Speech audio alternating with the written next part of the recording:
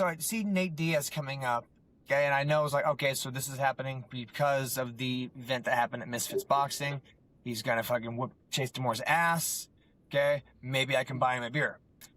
I should have went home and went to bed. So everyone who's been living under the rock, tell everyone who Rodney Petersen is, man. Hi, nice to meet you guys. I am Rodney Petersen, also known as Not Logan Paul. I have been doing social media and content creation since COVID. I started with my wife in 2020, and we started racing each other to 1,000 followers. Okay, and she beat me. Okay, and she threw me through the bus. She was at 2,000 before I broke 100. Okay, I was like, all right, but I found a job that I fell in love with. I thoroughly enjoy making TikToks, and I don't care if the TikTok hits 100 million views or if it hits 12. If I enjoy doing it, that's awesome, okay? Oh, 100%. And but as I'm progressing, as I'm doing it, I'm figuring out what works and what doesn't work, and I'm having a lot of fun doing it. And Yeah. my videos start to reach and starting to hit video views where people are like, wait, hang on a sec. This guy's funny, okay? This is actually working. And then I was hitting videos that I was smashing things on my post pounder where I was building fence. I was showing people about what to do on the farm and miscellaneous comedy related along with that, okay? I'm trying to just spread positivity when I make content. I'd say from 2014, I started doing the motivation, the daily aspirations to become a better person, okay? Right. And different tasks, different goals, but consistency is the key, okay? And I'd have a little notebook and I'd write out the goals that I wanted to achieve for the next day. And then as I would go through the day, I would check them off. And just the emotion of checking them off felt good, okay? I would look down and be like, all right, bam, yes, okay? And that's what I really owe a lot of my success to, because had I not been consistently trying to improve myself along the way, okay? When the 15 minutes of fame struck, they would have looked at me for a minute and been like, okay, and on to the next one. But because I have a skill asset that keeps people entertained, they're able to look at me and be like, okay, well, hang on a second. All right, okay, you know?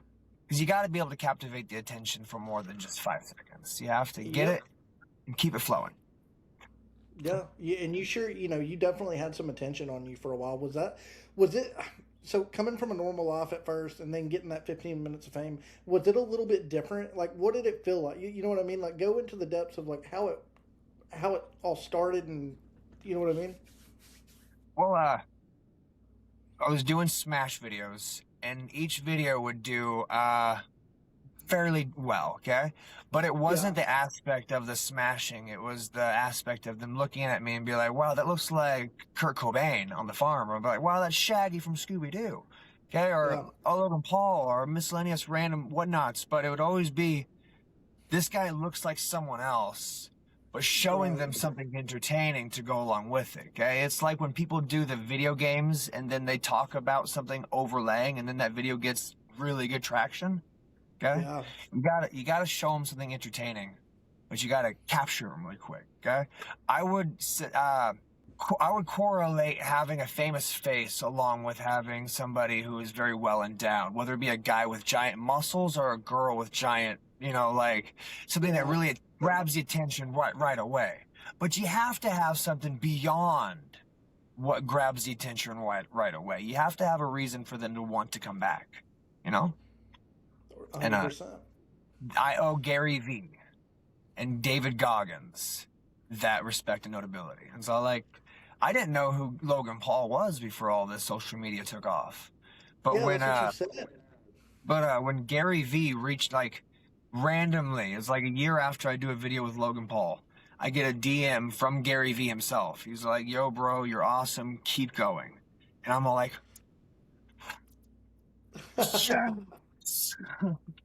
And it was like the sign that solidification is achieved, that you need to, this is what keep going. Okay.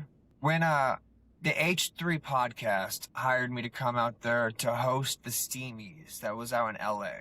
It was up on Yeah. stage live in front of a sold out Dolby theater.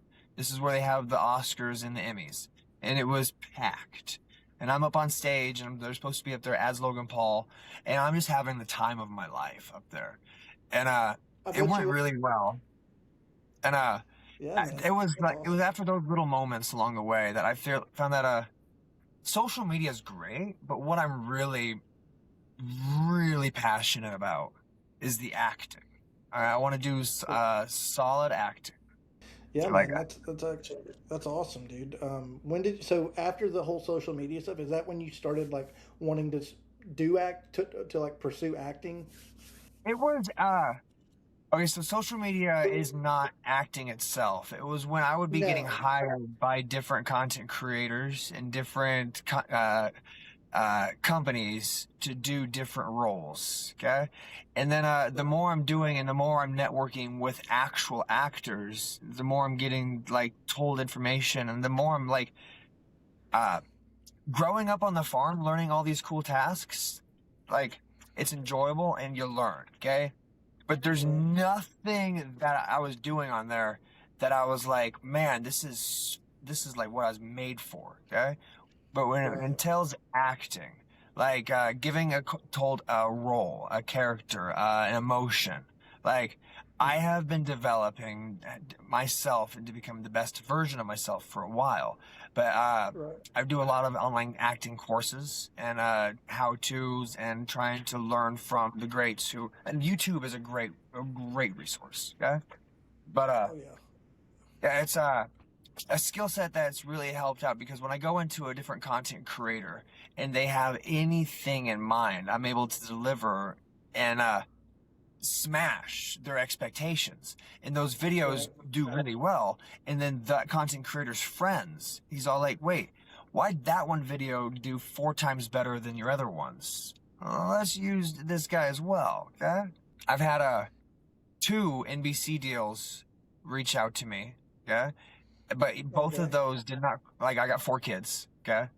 And I get the it. time span between these NBC deals, they wanted me on Donde Island for Deal or No Deal, and then they wanted me on for the Amazing Race, okay, or the one where you drive the car, okay. Is that the Amazing Yeah, Race? Okay, I yes, believe yes, so. okay, yes. Which would have been, it was amazing. Yes, I loved the opportunities presented for that. But those particular time frames did not correlate when I had events with my children. And at that particular age range, okay, you know, you leave for an X amount of weeks, you come back, it's a completely different child, and 100%. it's like chasing that money is important, but also like at that particular point in time, I was not ready to disappear for several weeks at a time, you know? Yeah, man. You only get those. You don't. Yeah, they're And, like my youngest is 5 now. So we're getting to that age where I can disappear for a while and like talk to him on the phone, and he knows like what I'm saying, and like yeah. communication's fine like that. But it's hard when he's a toddler and every night, even though I'm on the phone, he's screaming because he just wants his dad. That broke my heart. So yeah, man. I got a couple questions. You know, I know you train. I know you fought on Misfits. Did you always? I know you said you always train martial arts. Am I correct? Okay, so I started doing martial arts in 2008, right out of high school, Yeah. and that's how I lost a lot of weight. And I started doing it with Team Pound Out Productions in 2008 under Bill Stanton, and it was uh, Team Pound Out. We fought for Tri-State Cage Fighting and Dynasty Combat Sports. Okay, and I logged in 17 MMA fights over the course of a year and a half. Really, really Oh wow. quick. Like, I was fighting one weekend into the next weekend, and that was essentially the training that I was doing, was all kickboxing and MMA. And back in 2008 and 9, there wasn't a whole lot of jujitsu around. Okay, No, it so it was like wasn't. I was doing good. I got a 185-pound championship belt that I only had to fight one time for. I never had to defend, so it's not like I'm saying I'm a belt holder. It's like, no, it was a small event. I beat a guy up. But then in 2014, the event that I was fighting for retired. Yeah. Okay. Okay. Tri-state cage fighting. So it was Dan Lewis, and he contacted me. He was like, "Hey, you had a lot of fun out there in these events. Would you like to come out here and do one last hurrah?" And I was all like, "Yes, thank you." Okay. And I ended up fighting a guy named Bob Leathers, and I fought him in Wagner, South Dakota, and I ended up knocking him out in the first round. I was like, "Yes, okay." And then I went on to fight 7 more times after that over the next 6 months, and I lost every single time due to no ground game whatsoever. Like my wrestling skills were not there. I did not have jiu-jitsu or any ground game. So I stepped back. I was like, nope, okay? I don't want to destroy my record. At that point in time, it was 11 wins, 13 losses, and 1 no contest, okay? And it's all like, I wanted to step back. Then I got with 10th Planet Jiu-Jitsu. So that was in 2014, okay? Right. And I got my blue belt. I'm feeling really good. My ground game is fire. And when I get my purple, I was going to take 5 more MMA fights and then be done, okay? But then this influencer stuff, TikTok took over, and then Misfits, actually it was Official Celebrity Boxing that contacted me first, and they had me on as a co-main event out in New Jersey, and that paid good. It was a fun event. I liked it. And then Misfits Boxing contacted me, and this is like 6 months after that. And mind you, I am not doing any solid training for this. I'm just goofing off, going from one filming event to another filming event, TikToking, doing the family functions, having the time of my life. I took my kids to Disney World. I was all like, yes, guy. Disney World is a solid achievement because I have been trying to do Disney World with my wife and kids since we got together. And it was like 15 years or actually it was 13 years of working construction, where every time we'd come close, something would slip away, and then the Florida vacation to Disney World would slip away, okay? But it wasn't until TikTok. That was what really, like, thank you, TikTok. I appreciate you guys watching these videos, okay? Your likes, your subscribe, I appreciate you, okay? There you go. So I do have a couple questions. There's a big elephant in the room that I would like to talk about. Dude, Bourbon Street and Nate Diaz.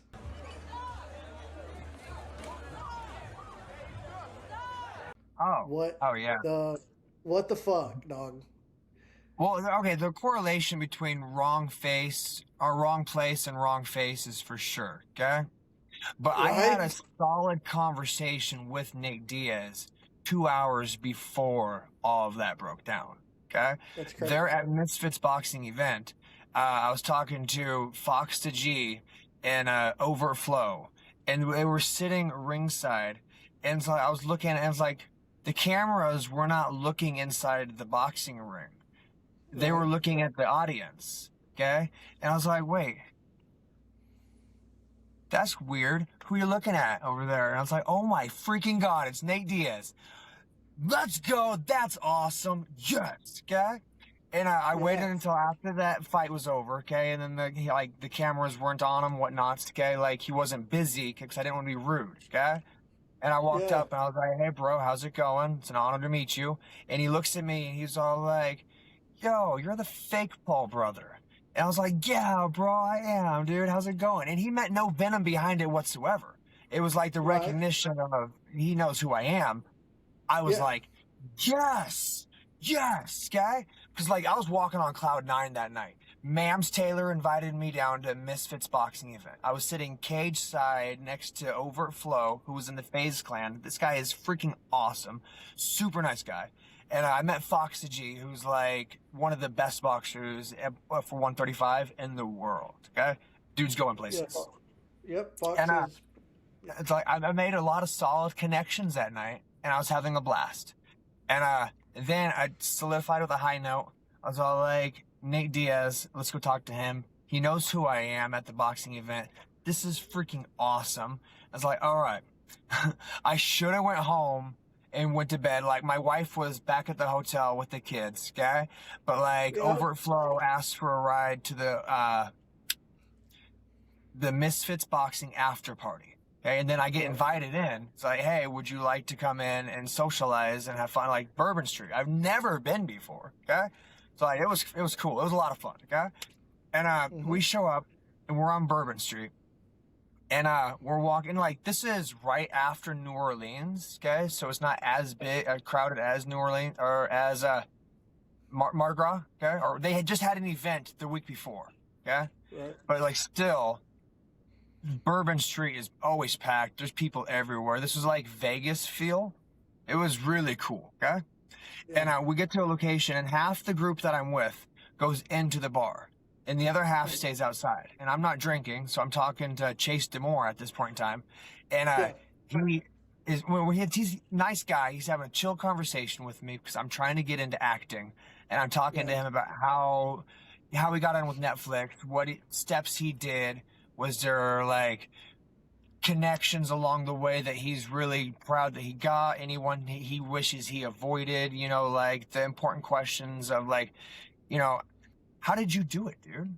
You know, because that's what I really try to learn from every single content creator is that I'm not asking for money. I'm asking for information, how I can make this work for itself. So if you had like anything to say to Nate today, what would you say? What's poppin', bro? Huh? What's poppin'? I love it. I love it. Since the event, okay, so when it went down on Bourbon Street, okay, when I was talking to Chase Demore and he took off running, okay, Nate Diaz was coming up and Nate Diaz had a shit ton of people with his entourage, okay? That's what Chase Demore saw. He saw Nate Diaz coming at him with a lot of people, okay? He took off. He made the smart choice and he took off running. He didn't make it very far because Nate Diaz's team that was with him had already got him cornered up against the wall. Okay, and honestly, like Chase Demore was throwing a chair. He's talking all sorts of mad shit. I had no part in any of that. Okay, and like honestly, I wasn't really aware of half the shit that was said or what transpired. Okay, I was all like, I'm just like here, and so I see Nate Diaz coming up. Okay, and I know it's like, okay, so this is happening because of the event that happened at Misfits Boxing. He's gonna fucking whoop Chase Demore's ass. Okay, maybe I can buy him a beer. Maybe I can just like, if anything, say hi for 2 seconds and then have Chase Demore run further from this UFC deadly weapon. Like, Nate Diaz is awesome. Okay, I'm still like saying, don't fuck with Nate Diaz. Oh yeah, no, dude. Yeah. I got some fun rapid fire questions for you. Yes. So, who's your favorite UFC fighter? Okay, Patty Pimblett.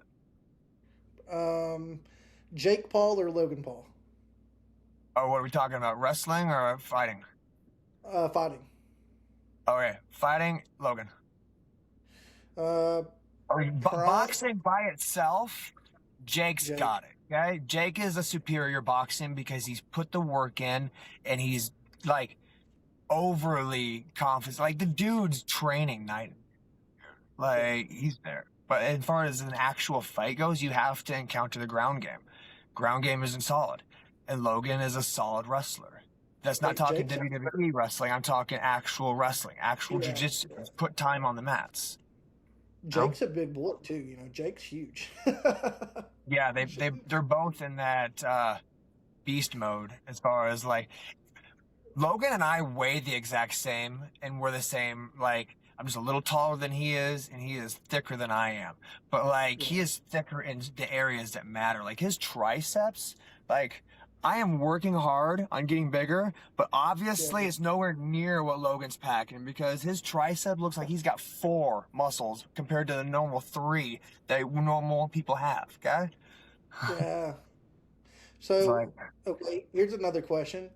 Prime KSI in his prime or prime Jake in a boxing match?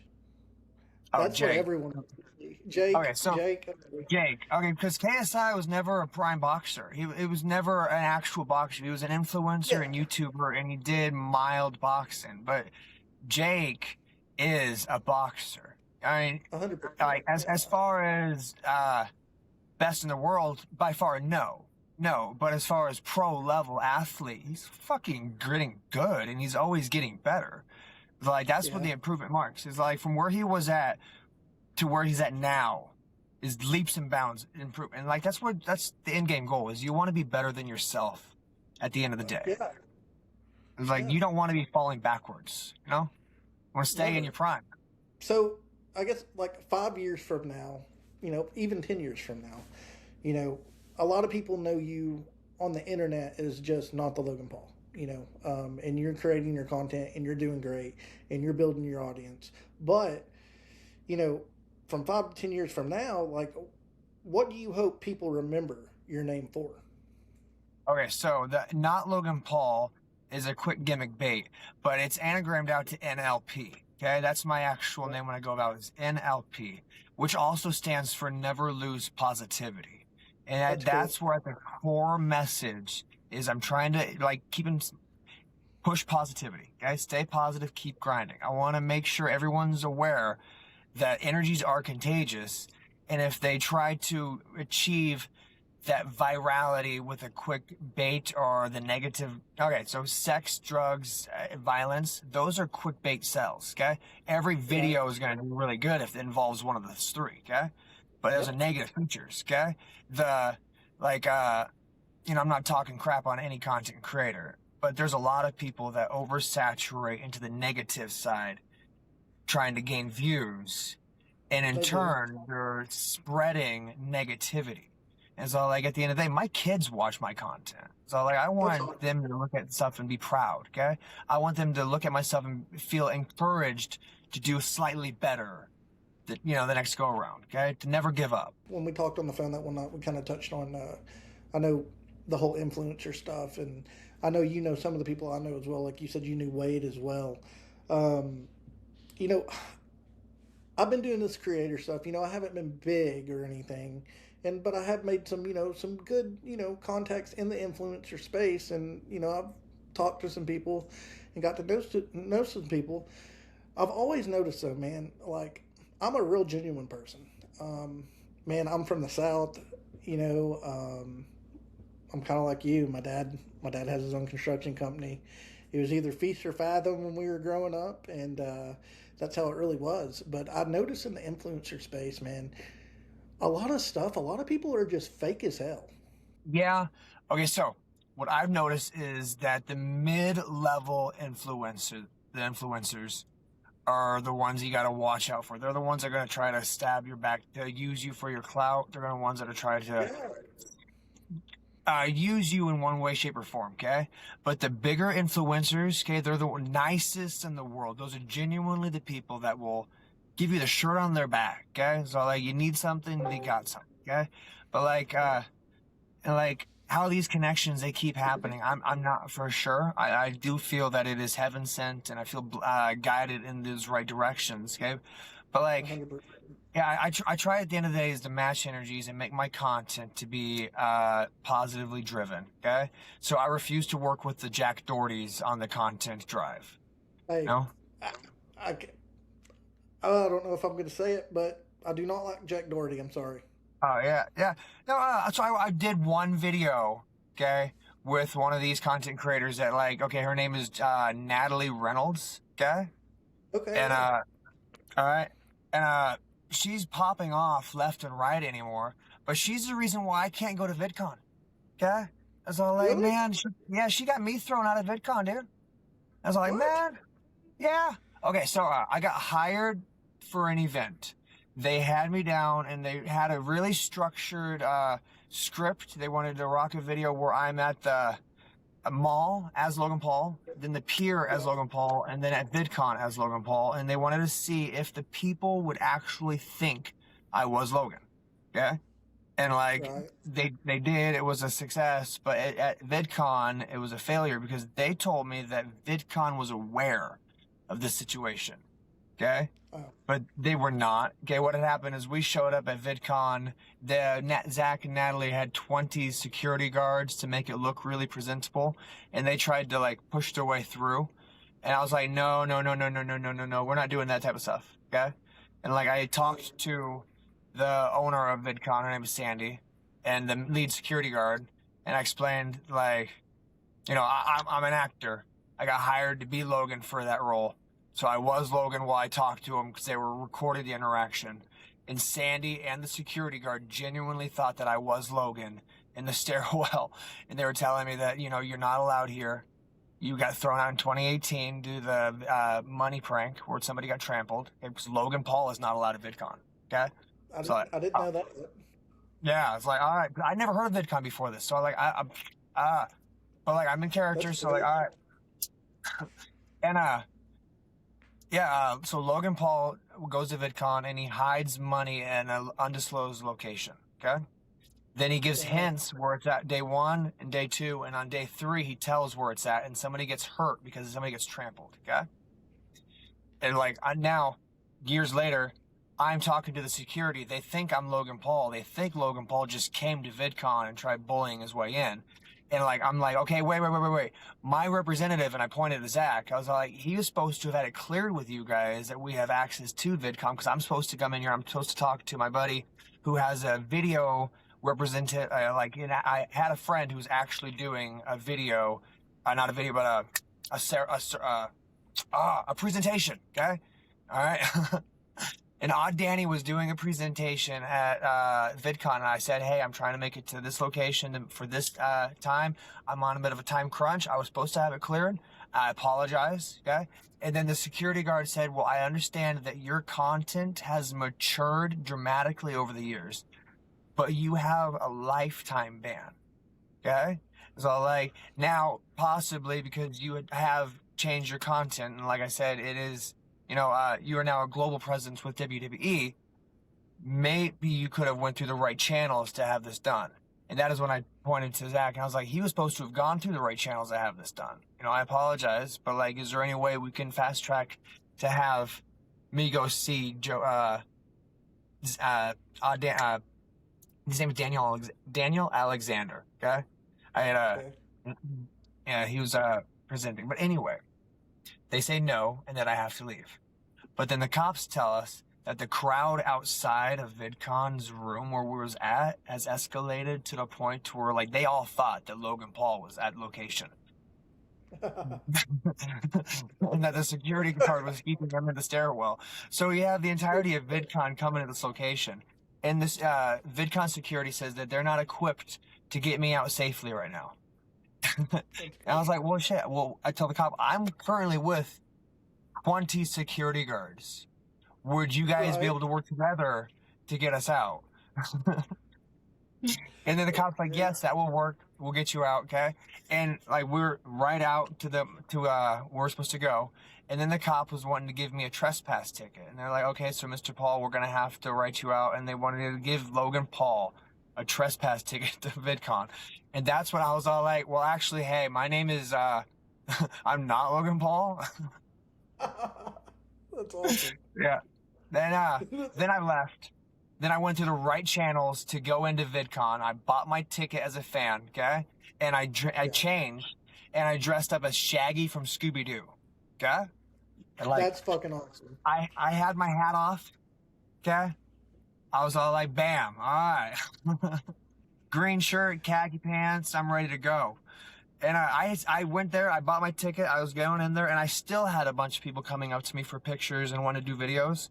And then before you know it, there was a cop to the left of me and a cop to my right. And then my guy, Cody, who's with me, he's like, this ain't looking good. And then there's Sandy. She's all like, yep, that's him. Yep. Like, So, tell me this, man. I know we touched a little bit something else on the phone. Didn't you say you snuck into a WWE match? Accidentally, yes. All right. So I go accidentally. Okay, because I didn't push it. Okay, like if I wanted to, I could have been on the floor. Okay. But I would I believe. go to a WWE Expo in Vegas, and this is like the Power Slap UFC WWE Expo all in one trifecta. It's awesome. I just Oh, land, and my team's all like, "Hey, let's go to this event." I'm like, "Okay, let's go." Okay, and we walk in, and then security guards like. So I go over there, I'm talking to him, and he's all like, all right, and he kind of points me this direction, okay? yeah, And then I go past that first security checkpoint, okay? And I go yeah, under the stairwell, and I go past another security guard who's like, hey, how's it going, okay? And I just casually say, and I'm being polite, okay? I'm talking to them. I'm not like I'm just all like, oh, okay? And then I'm in the back room, okay? And there's these tables out, and then this girl's talking to me, and she puts out 4 passes on the table, okay? And she's like, all right, there you go. And like, I see the doors to go into the area to go into the main floor. And I'm like, oh my yeah. God, fuck yeah. And then this other lady was all like, and who are you guys? Okay. And I'm like, hi, my name's Rodney. I'm not Logan Paul. And she's all That's like, funny. nope, those passes went. I was all like, all right. Yeah. Well, If I would, but like, I'm not trying to like, say, hey, I am Logan Paul and try to use that to my advantage. It's all like I've just been very fortunate and lucky. one last question. Yes. Will we see you on another Misfits card? When Misfits does Misfits MMA, I would love to jump on some influencer MMA. But I am done doing boxing. And like the money's great, like phenomenal, okay? But the head trauma just isn't worth it. Okay? Because even in training, with the headgears on, and even they're not throwing 100%. You're still repetitively taking shots to the dome. Okay? And with boxing, I do not want to be 65, 75 years old and brain damaged or concussed or speech What about impediment. Like what I about want to be what about cognitively aware when I'm old and gray. what about brand risk? Aiden Ross. Is a brand risk with the Misfit or with brand risk with Aiden. MMA? Put me up against No. anybody, I will rock that. Either 185 or 205. I sit at 199. And Logan's team told me that if I was to bulk up, he's got something in mind for the WWE. Okay. And like I don't know if he was Okay. teasing me with that or whatnot, but like I've been trying to bulk up, okay? But like the natural way. Yeah. Yeah. Slow and steady. Hey Yeah. man, but I'll let you jump off here. I'll hit you up. I'll shoot you a text, and we can continue another time. Sounds We'll good, see bud. what. I'll talk to you later. Oh, see, dude.